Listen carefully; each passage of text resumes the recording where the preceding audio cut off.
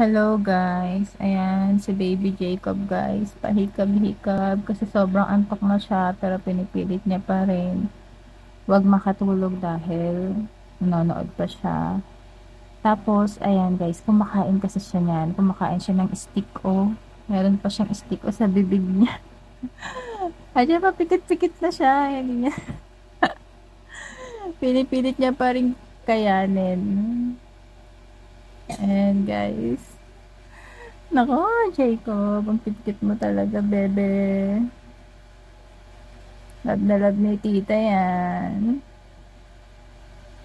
Yan na guys, tapos nanonood pa siya kaya pinipilit niya talagang gisingin yung sarili niya.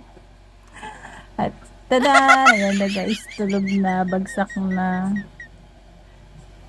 Yan, hawak pa niya yung stick guys. Na kinakain niya. Yan, nasa kamay niya pa rin. Wala na guys, bagsak na. Suko na ang kalaban.